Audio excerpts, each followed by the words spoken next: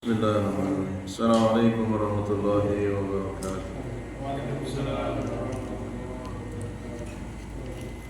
Alhamdulillahilladzi arsala rasulahu bil huda wa dinil haqqi liyudhhirahu 'alad dini kulli wa kafa billahi shahida. Asyhadu an la ilaha illallah wahdahu la syarika lah.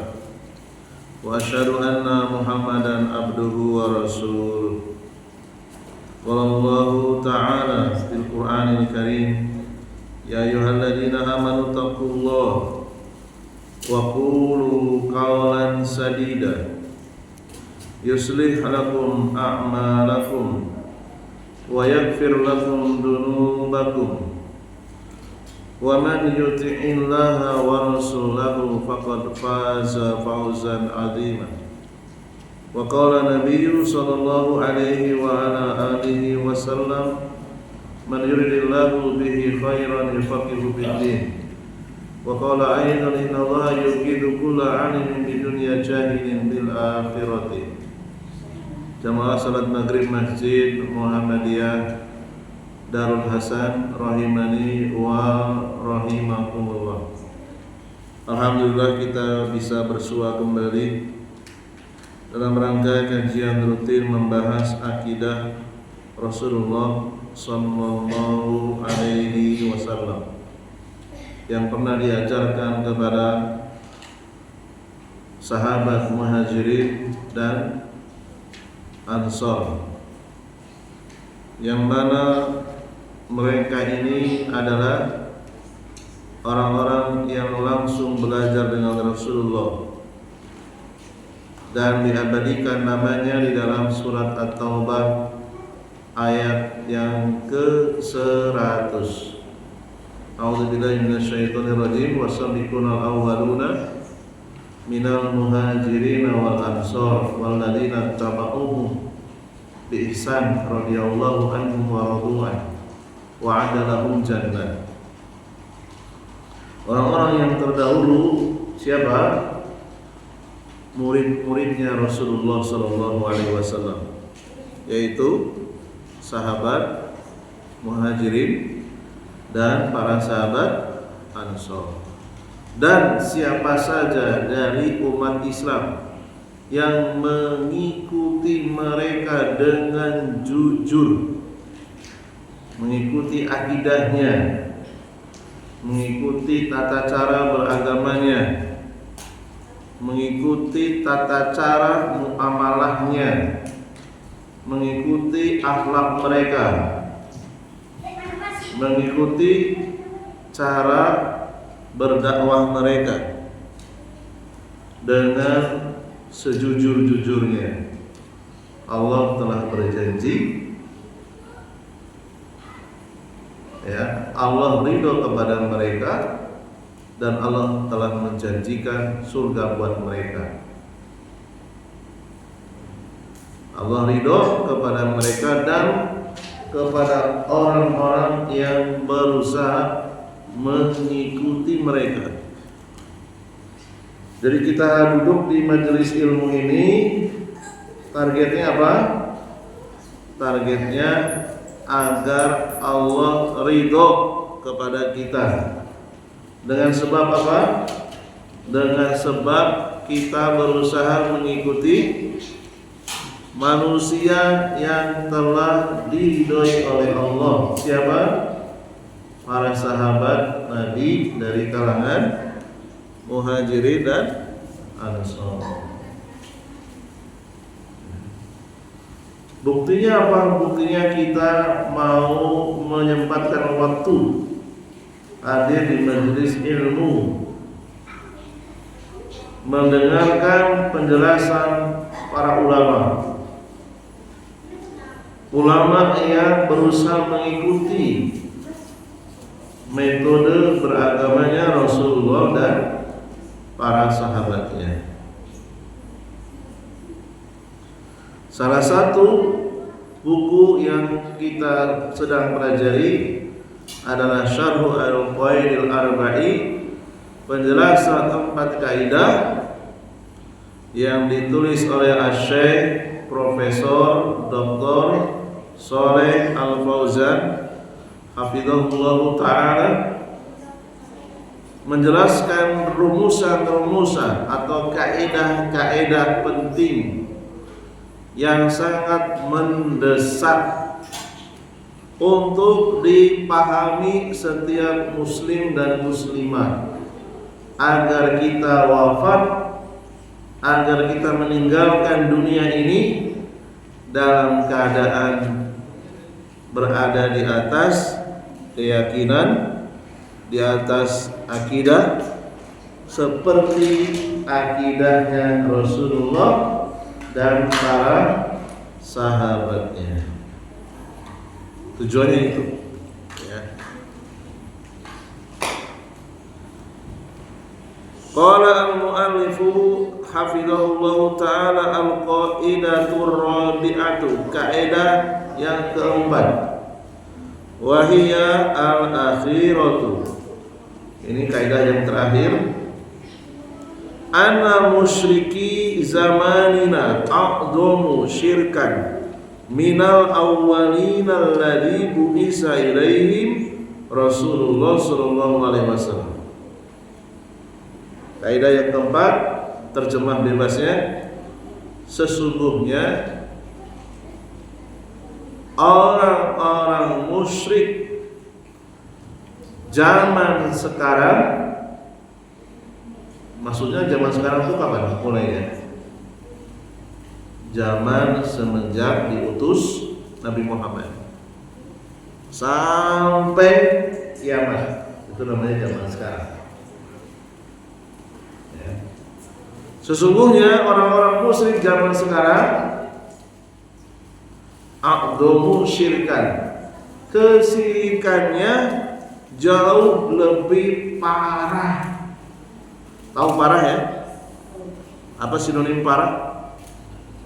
Lebih parah sinonimnya apa? Lebih besar syiriknya, lebih rusak syiriknya, ya. Lebih parah syiriknya dari orang-orang musyrik zaman dulu. Zaman dulu itu kapan? Sebelum diutus Nabi Muhammad SAW.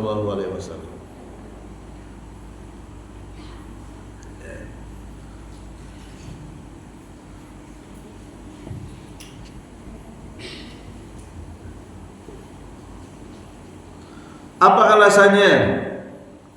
Kenapa pernyataan tadi menjadi kaidah yang keempat? Orang-orang musyrik zaman sekarang itu lebih parah, lebih besar kesyirikannya dari zaman dulu sebelum diutus Nabi Muhammad.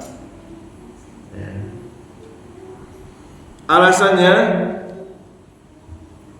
Anallah Jalla wa Ala, Allah Subhanahu wa Ta'ala yang Maha Tinggi telah menginformasikan kepada kita, telah menyampaikan kepada kita melalui apa? Allah menyampaikan informasi melalui Al-Quran. Mengirim berapa surat? Berapa surat? 114 surat.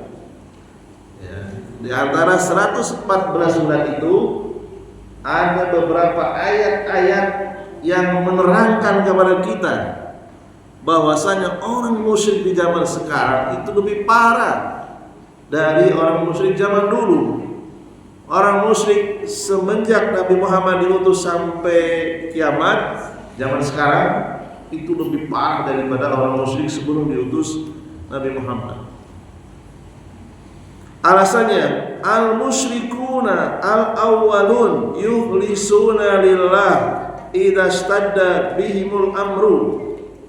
Orang-orang musyrik dahulu sebelum diutus Nabi Muhammad, mereka itu tidak berbuat syirik ketika ditimpa kesulitan. Kesulitan macam-macam. Apa saja? miskin yang terlalu parah, apalagi sakit yang tidak kunjung sembuh, apalagi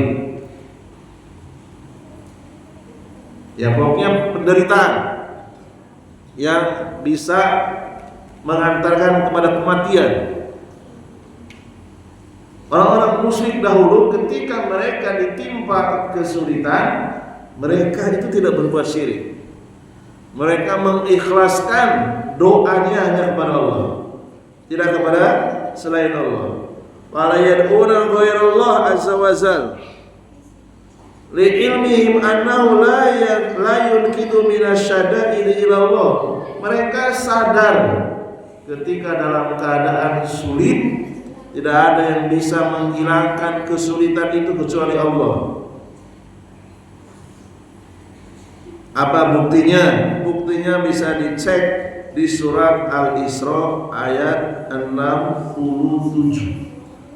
Nanti kalau pulang ke rumah buka Al-Quran, buka terjemahnya. Kalau punya tafsirnya silakan buka tafsirnya. A'udzubillahi minasyaitonir rajim. Wa idza masakumud durru fil bahri dalla man tad'una illa iyyahu falamma najjakum ilal barri a'radtum wa kanal insanu kafura.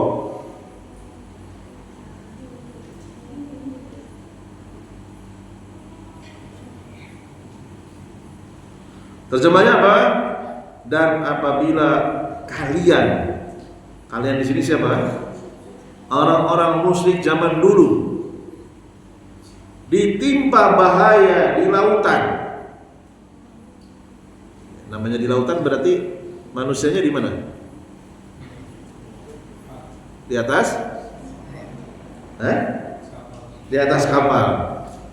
Gak mungkin di bawah air. Di atas kapal. Dan apabila kalian orang-orang musyrik dahulu ditimpa bahaya di lautan, yaitu di atas kapal, kapalnya mungkin dari kayu, ya, atau mungkin sudah ditemukan logam, wallahu alam ya. Ketika bahaya sudah di depan mata, kira-kira bahayanya apa itu kalau di lautan? Gelombang ombak, ya. Kapalnya akan terbalik. Hilanglah semua sesembahan yang kalian biasa sembah. Tuhan A, Tuhan B, Tuhan C ditinggalkan. Kecuali Allah saja mereka mengangkat tangan. Ya Allah selamatkan kami, ya Allah selamatkan kami. Selamatkan kami ke daratan. Ya kan mereka punya pekerjaan mencari ikan di lautan. Ketika dalam kondisi kritis, mereka berdoa hanya kepada Allah. Namun setelah Allah menyelamatkan mereka ke daratan, mereka kembali lagi berbuat syirik. Ya. Ini bukti yang pertama. Masih banyak bukti yang lainnya. Bukti yang kedua, dalam surat Luqman ayat 32. Wa idza ghasyiyahum mauzun kadzulali, dan ketika ukuran ombak sebesar gunung, ini jelas sekali ayatnya. Kalau tadi kan kita disuruh mikir ya, apa kira-kira bahaya di lautan. Kalau ini jelas sekali. Wa idza ghasyiyahum mauzun kadzulal, ketika ombak itu setinggi gunung dan menimpa kalian, da'awullaha mukhlisina lahuddin, kalian berdoa hanya kepada Allah, tidak kepada yang lainnya. Falamma najjahum, ketika Allah menyelamatkan mereka ilal barri, ke daratan, faminhum muqtasid, sebagian masih bertahan tetap bertauhid, sebagiannya musyrik lagi. Ya.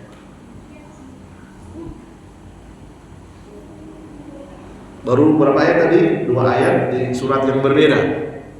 Di surat yang lain Allah sebutkan lagi dalam surat Al-Ankabut ayat 65. Falamma najzahum ilal barri, ketika Allah menyelamatkan mereka ke daratan, sudah terbebas dari kematian, sudah terbebas dari ombak, ya, kapalnya sudah ke daratan, sudah berlabuh.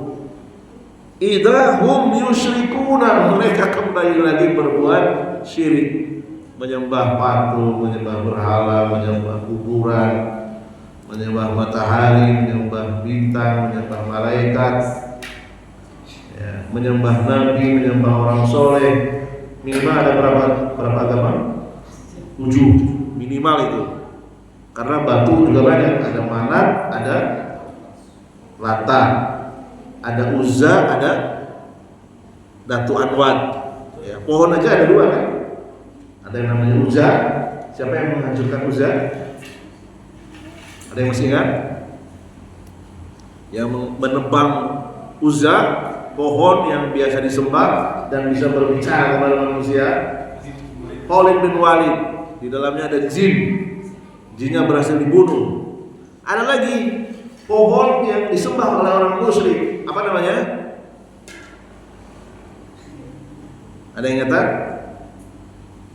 Pertemuan yang lalu, Datu Anwat, pohon yang dijadikan sesembahan oleh orang musyrik. Bahkan itikaf di pohon. Itikaf itu sudah ada sejak dulu. Tapi itikafnya bukan di masjid, itikafnya di pohon Datu Anwat. Menggantungkan senjata-senjata mereka agar senjatanya itu mendapatkan keberuntungan. Kalau berburu, buruannya bisa kena. Kalau berperang bisa menang. Ya. Pohon saja ada 2 itu. Berhala, patung itu ratusan. Yang disebutkan di dalam Al-Quran itu yang terkenal saja, yang viral saja. Ya. Lata, Uzza, Manat itu yang paling viral, yang paling terkenal. Sudah 3 surat Allah menyebutkan keadaan orang-orang musyrik dahulu. Fal awwaluna yusyrikuna fir raha'i. Orang-orang dahulu itu mereka berbuat syirik ketika aman, sudah ke daratan mereka berbuat syirik lagi. Jadi aman ini maknanya luas ya. Kalau tadi sudah ke daratan, makna yang lainnya dalam keadaan sehat, dalam keadaan aman, dalam keadaan kaya, dalam keadaan berlimpah harta, mereka berbuat syirik. Yad'unal asnam, menyembah berhala, menyembah batu, menyembah pohon. Amma idza waqa'u fi siddatin, apabila mereka ditimpa kesulitan, ditimpa bahaya, wa asrafu alal halak, di depan mata mereka sudah terbentang, terbayang, ini bakal mati kita kalau nggak selamat. Fa innahum la yad'una sanaman wala syajaran wala hajaran wa ayya makhluqin. Mereka meninggalkan sesembahan-sesembahan, baik itu dari berhala, batu, pohon dan makhluk-makhluk yang lainnya. Wa inna ma yad'una Allah wahda. Mereka hanya berdoa kepada Allah, meminta agar bahaya dihilangkan dari mereka.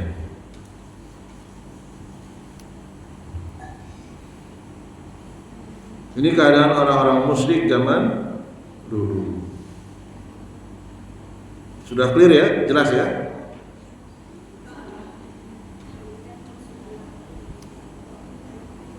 Amma musyriku hadza zamanina.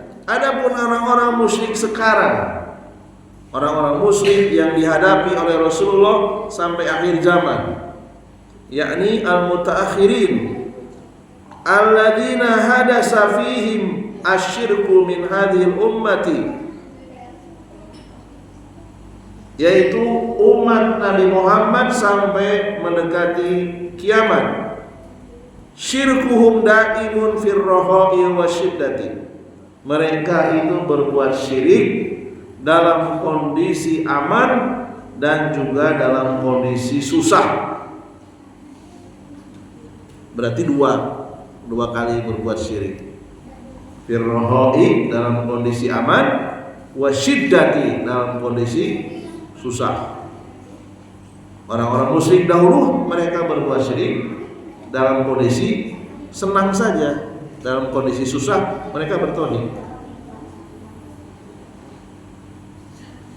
Bal kullama istadda bihimul amru istadda syirkuhum wa nida'uhum lil Husain wa Abdul Qadir wa Rifai wa ghairi dzalik. Bahkan semakin parah bahaya yang menimpa umat zaman sekarang, semakin parah juga syiriknya. Di antara mereka orang-orang musyrik ada yang menyembah Husain. Siapa itu Husain? Cucunya Rasulullah. Ya Husain, wahai Husain, madad, madad, tolonglah kami, gitu ya. Bahkan saya baca sinopsis. Apa itu sinopsis? Ringkasan film apa ya, saya lupa namanya. Anak kecil Pakistan yang kesasar ke India itu, Salman Khan. Apa nama judul filmnya itu? Tujuh Mela kalau nggak salah. Pernah dengar nggak? Tujuh Mela. Kalau nggak salah dicek lagi ya, Tujuh Mela. Itu di sinopsisnya ada tempat yang dikeramatkan di mana orang yang kehilangan anggota keluarganya bisa minta tolong di tempat itu. Nah, ibu yang kehilangan anaknya ini naik kereta api, ketika kereta apinya berhenti, anaknya ini nggak bisa bicara, keluar pintu kereta api melihat anak kambingnya yang masuk ke lubang, nolonglah ceritanya ini. Begitu kambingnya dikeluarkan dari lubang, keretanya jalan, anak kecilnya ketinggalan. Dia pikir kereta api itu kalau arahnya ke sana nanti ketemu lagi, ternyata dia naik kereta berikutnya, gerbong berikutnya, tapi beda arah. Yang satu itu ke Pakistan, satu ke India, kesasar sampai ke India. Nah, ibunya ini kehilangan berbulan-bulan, sehingga dia datang ke tempat yang dianggap keramat. Di situ ada ucapan ya Ali, ya Husain, minta tolong kembalikan anakku. Nah, itu jelas ya, ucapan syirik akbar. Di tempat lain ada yang meminta Abdul Qadir Jailani, ada yang meminta kepada Rifai. Di Indonesia saya belum pernah melihat ya, orang meminta-minta ke Abdul Qadir Jailani. Walau alam, ada yang mungkin dapat bukti meminta ke Arifai. Ini penulis yang mendapatkan kabar dari negeri lain. Adapun meminta kepada Husain, sudah ada videonya itu. Orang yang dari Yaman itu, ya. Ya Husain, ya Ali, madad, madad. Madad itu maknanya tolonglah. Itu jelas syirkun akbar. Seorang ibu dalam keadaan susah kehilangan anaknya, bukannya meminta kepada Allah, tapi meminta kepada manusia yang sudah mati. Lebih parah mana syiriknya dengan zaman dulu? Lebih parah zaman sekarang. Dan difilmkan lagi. Filmnya mendapatkan, kalau nggak salah, juara 1. Pemainnya Salman Khan, bintang utamanya. Cek itu 7 Mila itu. Ya. Saya lihat sinopsisnya, ngeri sekali ini. film ini sedang memberikan pendidikan kesyirikan, bukan pendidikan tauhid tapi pendidikan syirik. Disebarkan ke seluruh dunia. Kalau kita tidak ngerti, tidak ngaji kitab ini, mungkin dianggap biasa saja. Karena saya sudah ngaji, sudah berapa kali mengajarkan kitab ini, saya tahu ini syirik ini.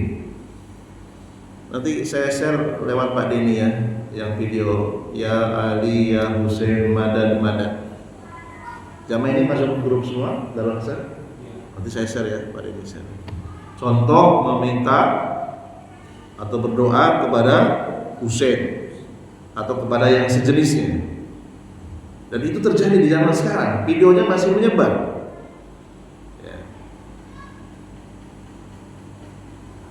Annahum idza stadda bihimul amru saru yahtifuna bi asma'il auliya.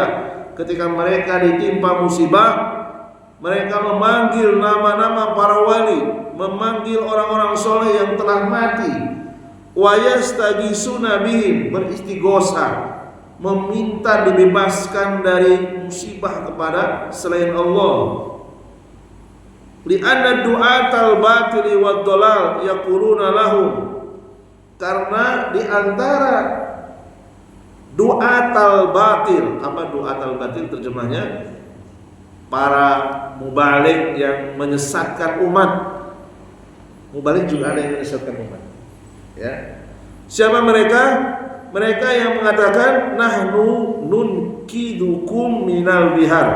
Kami ini adalah para wali, bisa menyelamatkan manusia ketika ditimpa bahaya di lautan. Faida asobakum syai'un ihtifu bi asma'ina. Kalau kalian merasa terancam adanya bahaya ombak yang tinggi, panggillah nama-nama kami. Wa nahnu nunkidukum, kami akan menyelamatkan kalian. Kata Syaikh Al-Fauzan, kama yurwa hadza an masyayikh turuki sufiyyati. Dan ini bisa dibaca dalam karya-karya syekh-syekh sebagian thariqat sufiyah. Tidak semua, sebagian. Beliau mengajak kepada kita, ikra'u walau syi'tum tabaqati sya'ranihi. Silahkan bagi yang punya kemampuan untuk membaca kitab Tabaqat Asy-Sya'rani. Di situ ada pernyataan tadi. Kami para wali bisa menyelamatkan orang-orang yang sedang ditimpa bahaya di lautan, asalkan menyebut nama-nama kami. Bukan mengajak untuk menyebut nama Allah, tapi menyebut nama-nama kami.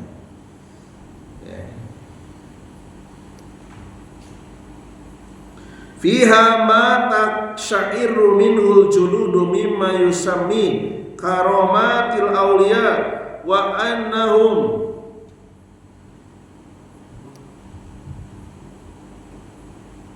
yunkiduna minal bihar wa annahu yamuddu yadahu ilal bahri wa yahmilul markaba kullahu wa yukhrijuhu ilal barri wa la tabtallu aqmamuhu ila ghairi dzalika min turrahatihim wa khurafatihim fasyirkuhum daimun fir raha'i wa syiddati.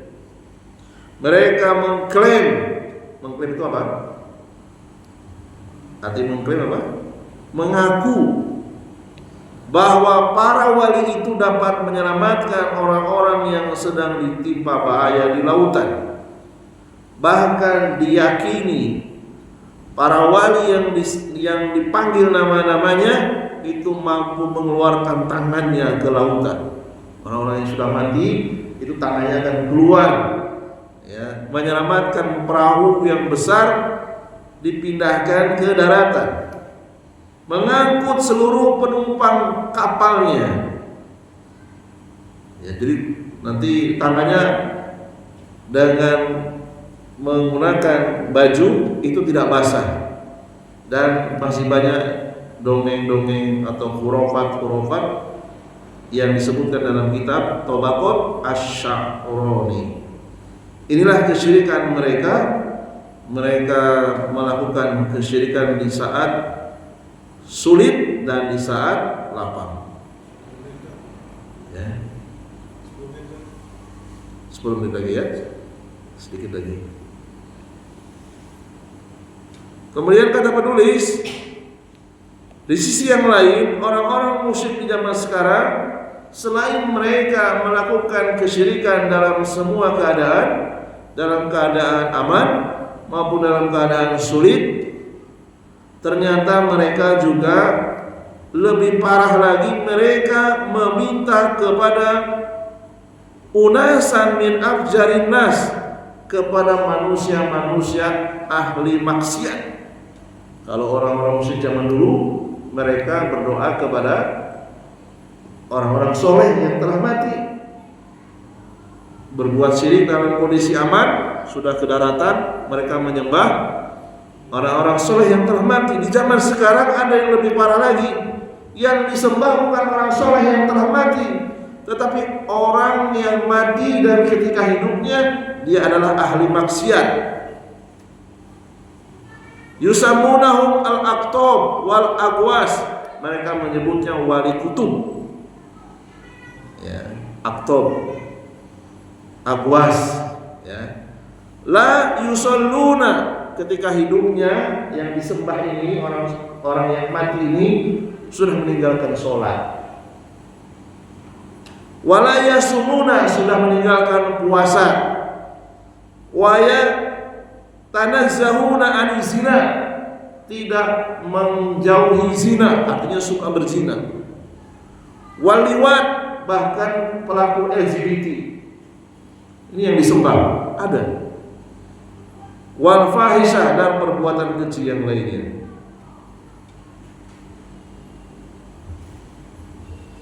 Jadi dulu tahun 2015-16 saya pernah melakukan safar ke Makassar, ya.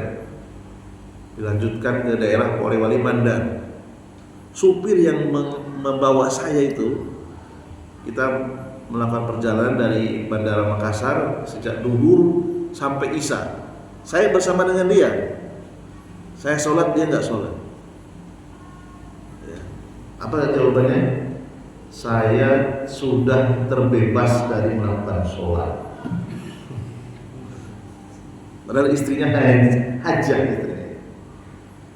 Lalu sebelum pulang saya memberikan nasihat, Pak, nanti Bapak konsultasi dengan ulama-ulama NU atau ulama Muhammadiyah, silahkan tanya, apakah ada orang yang terbebas dari kewajiban sholat sebelum mati. Saya cuma pesan itu aja. Nggak sholat dia. Ya, dia mengikuti thariqat apa saya nggak tahu. Sudah terbebas dari sholat. Ya, sudah terbebas dari sholat. Barangkali ini yang dimaksud oleh Syaikh Al-Fauzan.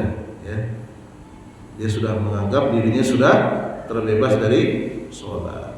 Ya, sudah terbebas dari syariat. Mungkin ini saja dulu yang bisa saya sampaikan. Kurang lebihnya mohon maaf. Subhanallahumma bihamdika, asyhadu an la ilaha illa anta, astaghfiruka wa atubu ilaik. Assalamualaikum warahmatullahi wabarakatuh. Silakan kalau ada pertanyaan.